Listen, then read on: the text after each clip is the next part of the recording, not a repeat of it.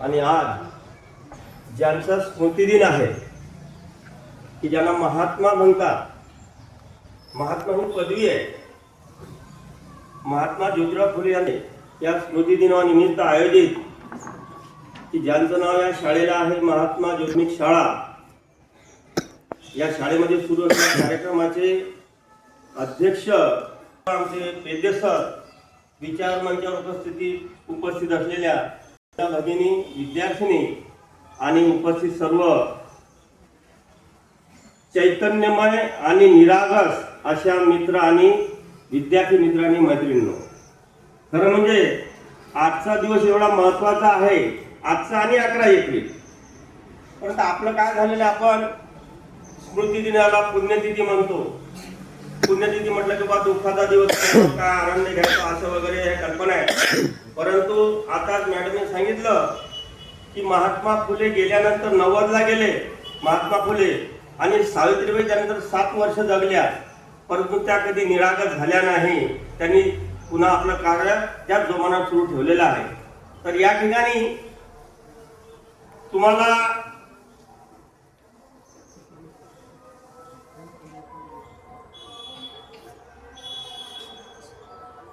आज स्मृतिदिन असल्यामुळे मी फारसं काही जास्त तुमच्यामध्ये रमणार नाही, फक्त महात्मा फुले विषयी काही माहिती सांगणार आहे. परंतु एखाद्या दिवशी माझ्याकडे आनंद पद्धत आहे, हसत खेळत शिक्षण असेल, इतिहास असेल, गणित असेल, या विषयाचं शिक्षण द्यायचं अशी एखादी कार्यशाळा सुद्धा आपण, माझी इच्छा आहे.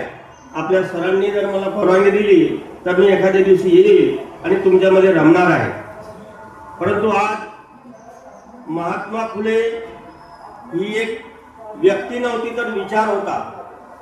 आणि म्हणून ज्या महात्मा फुलेंनी प्रथम रायगडावर जाऊन शिवाजी महाराजांची समाधी शोधली, कोणालाच माहिती नव्हतं शिवाजी महाराजांची समाधी कुठे आहे. झाडाझुडामध्ये सर्व ते साफ करून समाधी शोधली आणि 1869 साली शिवाजी महाराजांची जयंती महात्मा फुलेंनी या महाराष्ट्रात सुरू केलेली आहे. आणि आता सरांनी सांगितलं त्याप्रमाणे आम्हाला भिडेवाड्यातील मुलींची शाळा दिसणार नाही, परंतु दगडू हलवायचा गणपती मातांची दिसतो. कारण आमची ही भाकड कथा आणि दळवादी वृत्ती ही फार फोफावलेली आहे. म्हणून या महात्मा फुले सारख्या माणसांच्या विचाराची आमच्या समाजाला आज गरज आहे.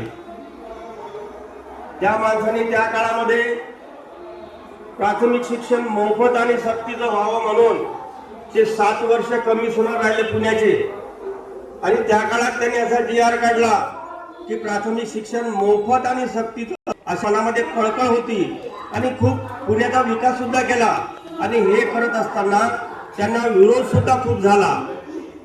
आणि ही सर्व माहिती तुम्हाला मी जे आपल्या महाराष्ट्रामध्ये लोकगीत आहेत, वासुदेव आहे, गोंधळ आहे, पोतराज आहे, भारुड आहे, लावणी आहे, पोवाडा आहे, हे जे काही प्रकार आहेत, या प्रकारामधला पोवाडा नावाचा जो प्रकार आहे की पोवाडा ऐकल्यानंतर आपल्या अंगामध्ये रसही संचरते, वीररस येतो. अशा प्रकारचा पोवाडा महात्मा फुलेंचा तुमच्यासमोर मी मांडणार आहे.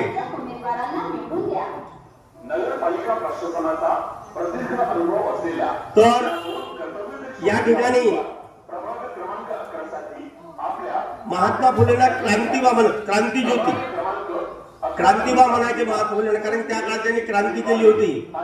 आणि त्या क्रांतीची आता प्रतिक्रांती सुरू आहे की आमच्या जिल्हा परिषदेच्या ज्या प्राथमिक शाळा आहेत त्या आता बुडायला लागलेल्या आहेत. अशी अवस्था ही फॅक्ट आहे, आजची परिस्थिती आहे की वित्तेविना मती गेली, विना नीती गेली, नीतीविना गतिविना वित्त गेले, वित्ताविना सूत्र खचले, आणि एवढे सर्व अनर्थ एका अविद्येने केले. अविद्या म्हणजे अज्ञान. अज्ञानामुळे हे सर्व घडलेलं आहे. आपल्या जीवनामध्ये जे काही घडतं, अनर्थ घडतो, त्याला केवळ कारणीभूत आहे अज्ञान. आणि म्हणून आणि आणखी एक गोष्ट मी तुम्हाला सांगणार आहे की शिक्षणाची सुरुवात ही नुसती शाळेपासून होत नाही, तर आईच्या गर्भामध्ये 7व्या महिन्यापासून संस्कार होण्याची प्रक्रिया सुरू होते आणि म्हणून गर्भसंस्कार 7व्या महिन्यामध्ये करतात आणि तिथून बाळाला ते संस्कार घेण्याची म्हणजे सवय लागते. आणि दुसरं म्हणजे जन्म झाल्यावर पहिल्या 6 वर्षापर्यंत आपल्या मेंदूची वाढ 75% होते आणि त्या वयात होणारे संस्कार हे पुसल्या जात नाही. आणि म्हणून आमच्या महात्मा फुलेंना वाटायचं की आमच्या महिला जर शिकल्या तर त्या चांगल्या प्रकारचे शिक्षण आपल्या बाळावरती करतील. कारण एक माणूस जर शिकला तर एकटा शहाणा होतो, परंतु एक बाई जर शिकली तर पूर्ण कुटुंब शहाणा होते. आणि आमच्या महिला जर साक्षर झाल्या, जागृत झाल्या तर आमचं गाव जागृत होईल, आमचा जिल्हा जागृत होईल, आमचं राज्य जागृत होईल आणि पर्यायानं हा समाज जागृत होईल अशी अपेक्षा महात्मा फुलेंना होती. आणि म्हणून त्यांनी कोणालाही न जुमानता पुण्यामध्ये भारतातली पहिली मुलींची शाळा सुरू केली आणि विरोधाला न जुमानता ते कार्य सतत सुरू ठेवलेलं आहे. आणि म्हणून हे या ठिकाणी बसलेले विद्यार्थी आहेत यानं फार मला तर वाटते आम्ही आता त्या मानानं बरे आहोत, परंतु पुढच्या 10 वर्षाच्या पलीकडे जर पाहिलं तर शिक्षणाचं काय होईल काही सांगता येत नाही. पूर्ण खाजगीकरण चाललेलं आहे. खेड्यापाड्यातले विद्यार्थी आता कुठेतरी ज्याच्याजवळ पैसा असेल ते मोठ्या शाळेमध्ये टाकून आपले लेकर, परंतु खेड्यातले जे काही गरीब आहे, आमचा शेतकरी आहे, शेतकऱ्यासाठी महात्मा फुलेंनी शेतकऱ्याचा आसूड नावाचा एक ग्रंथ लिहिलेला आहे. तर मी तुम्हाला या ठिकाणी हे पुस्तक दाखवतो आहे. या पुस्तकाचं नाव आहे महात्मा फुलेंचं समग्र वाङ्मय. काय नाव आहे? जोराने बोला जरा. महात्मा फुलेंचं समग्र वाङ्मय. म्हणजे महात्मा फुलेंनी जे काही वाङ्मय लिहिलं व या पुस्तकात आहे. आणि हे जे पुस्तक आहे हे शासनाने प्रकाशित केलेलं आहे, कोणी खाजगी लोकांनी लिहिलेलं नाही, तर महाराष्ट्र शासनाने हे पुस्तक प्रकाशित केलेलं आहे. आणि या पुस्तकामध्ये महात्मा फुलेंनी शिवाजी महाराजांचा पोवाडा आहे, शेतकऱ्याचा आसूड आहे, गुलामगिरी आहे, अखंडादी काव्य अशा प्रकारे सर्व साहित्य या पुस्तकामध्ये महात्मा फुलेंनी लिहून ठेवलेलं आहे.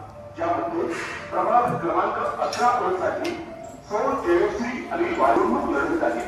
तर प्रभाग क्रमांक 11 साठी सौ आशा अधिकारी या लढत आहे.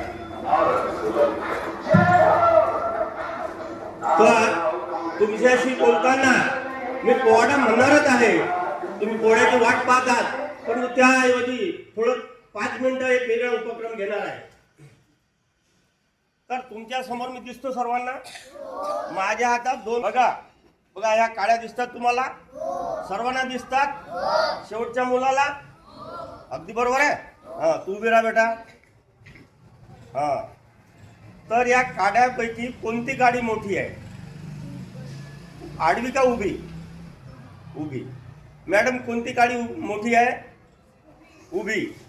तुम्ही सांगा सर कोणती गाडी मोठी आहे? उभी. बसा खाली. तर बघा आता ही काही जादू नाही. काड्या तुमच्या समोर मी उभ्या आडवी ठेवलेली आहे. आणि आता बघा मुलींनी आणि बाईंनी सांगितले काड्या ह्या वरची मोठी आपण काड्या कशा आहेत? काड्या कशा आहेत? सारख्या आहेत, सेम आहे. आता ही काही जादू नाही, परंतु माझा प्रश्न तुमच्याकडे काय आला? काडी कोणती मोठी आहे? कोणता प्रश्न आला? मग तुमच्या मेंदूमध्ये मोठी मोठी मोठी या दृष्टीने विचार सुरू झाले. आणि नंतर मग तुमच्या डोळ्याने जे दिसलं, कारण आपले 5 ज्ञानेंद्रिय आहे, नाक कान डोळे जीभ आणि त्वचा, हे सर्व ज्ञान आपल्याला देत असतात. मग तुमच्या डोळ्यांनी सांगितलं की उभी काडी मोठी आहे आणि तुम्ही सांगून दिलं उभी काडी मोठी आहे. पण तसं नाही. आता हे का घडलं? तर तुम्ही चिकित्सा केली नाही. कारण चिकित्सा केली पाहिजे. चिकित्सा करण्यासाठी आमचे 6 मित्र आहेत. विद्यार्थ्यांचे आणि प्रत्येक माणसाचे 6 मित्र आहेत. 6W म्हणतात त्याला. व्हाय, व्हेन, व्हेअर, व्हिच हे जे आहेत, का, केव्हा, कुठे, कसे, कोणते, किती. म्हणजे एखादी घटना जर घडली तर का घडली, केव्हा घडली, कुठं घडली, कशी घडली, हे 6 त्या घटनेला लावले त्यामधून सत्य बाहेर येते आणि हे सत्य समजून घेण्यासाठी आमच्या महात्मा फुलेंनी सत्यशोधक समाज स्थापन केला होता की या जगामध्ये सत्य काय आहे हे शोधून तुम्ही वाटचाल करा म्हणजे तुम्ही या जीवनात सुखी व्हाल. अशा प्रकारे महात्मा फुलेंचे अनेक उपक्रम आहेत. परंतु मी तुम्हाला एकच या ठिकाणी सांगला, ज्यावेळेस तुमच्या या शाळेमध्ये आनंददायी शिक्षणाचा मी एखादा प्रयोग घेईल त्यावेळेस मी तुम्हाला सर्व सांगणार आहे. काँग्रेस पक्षाने दिले आहेत. प्रभाग क्रमांक 11 च्या उमेदवार सौ जयश्री अनिल वारे आणि 11 साठी सौ आशा प्रदीप बेगारी यांची निवडणूक चिन्ह आहे. मी दिसतोय तुम्हाला? हा बघा, तर मी तुम्हाला काही प्रश्न पण विचारणार आहे हे कार्यक्रम करता करता. आला लक्षात? आता पोवाडा ऐकायची तुम्हाला घाई झालेली आहे आणि मला असं वाटते तुमच्या शाळेचं सत्र 12ला सुरू होणार आहे. तत्पूर्वी तुम्हाला हा कार्यक्रम आटपायचा आहे, कारण की महात्मा फुलेबद्दल जर सांगायचं झालं तर पूर्ण दिवस पुरणार नाही. एवढं मोठं अफाट कार्य या महात्म्याचं आहे आणि ते शॉर्टकट मध्ये आपल्याला तुम्हाला सांगायचं आहे. कारण बाबासाहेबांनी या देशाची घटना लिहिली, संविधान लिहिलं. त्या संविधानामध्ये कलम किती आहे कोणी सांगू शकेल का? परवा दिवशी संविधान दिवस साजरा झालेला आहे. संविधानामध्ये कलम किती आहे कोण सांगू शकेल? हात वर करा. सांगणार का कोणी? ठीक आहे. तर संविधानामध्ये कलम आहे 395. आता बाबासाहेबांनी महात्मा फुलेंना गुरु मानलेलं होतं.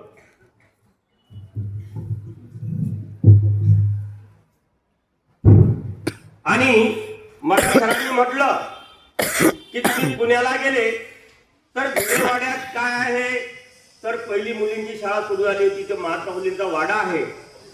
तर महात्मा फुलेंच्या घरांचा नंबर होता 395. किती नंबर होता? आणि बाबासाहेब आणि महात्मा फुलेंचं गुरु शिष्याचं नातं होतं. महात्मा फुलेंना बाबासाहेबांनी गुरु मानलेलं होतं. म्हणून आपल्या गुरुची आठवण म्हणून बाबासाहेबांनी 395 कलम त्या संविधानात ठेवलेले आहे की ज्या संविधानावर आज आपला देश चालतो आहे. देशाचा सर्व कारभार संविधानानुसार चालतो आहे आणि त्या संविधानात 395 कलम का ठेवले तर महात्मा फुलेंची आपल्या गुरुची आठवण राहावी म्हणून 395 कलम त्या संविधानामध्ये आहेत. मित्रांनो, बरीचशी माहिती तुम्हाला द्यायची आहे. तुम्हाला ऐकू येते ना? कारण इकडून थोडा आवाज मोठ्याने येतो आहे, बरोबर आहे? हा.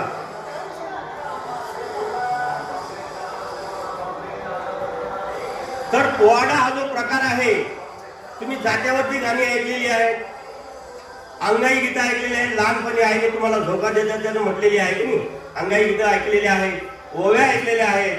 हे जे सर्व लोकगीताचे प्रकार आहेत, तर या प्रकारातला एक प्रकार जो आहे तो आहे पोवाडा. तर या पोवाड्याच्या माध्यमातून या महामानवाच्या जीवनावरचं जे काही कार्य आहे जीवनातलं ते तुमच्या पुढे मी विशद करतो आहे.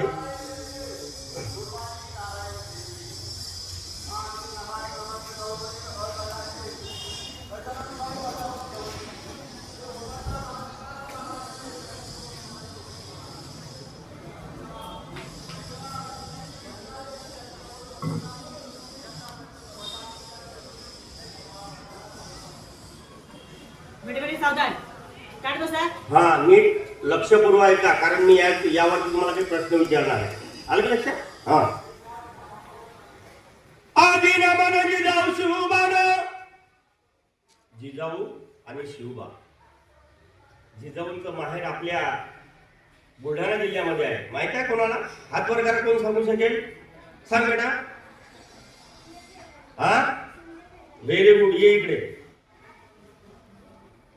पहा, या मुलीने अगदी आपल्या जिल्ह्याचा जो इतिहास आहे की भारतामध्ये आपला जिल्हा जो प्रसिद्ध आहे पुणे.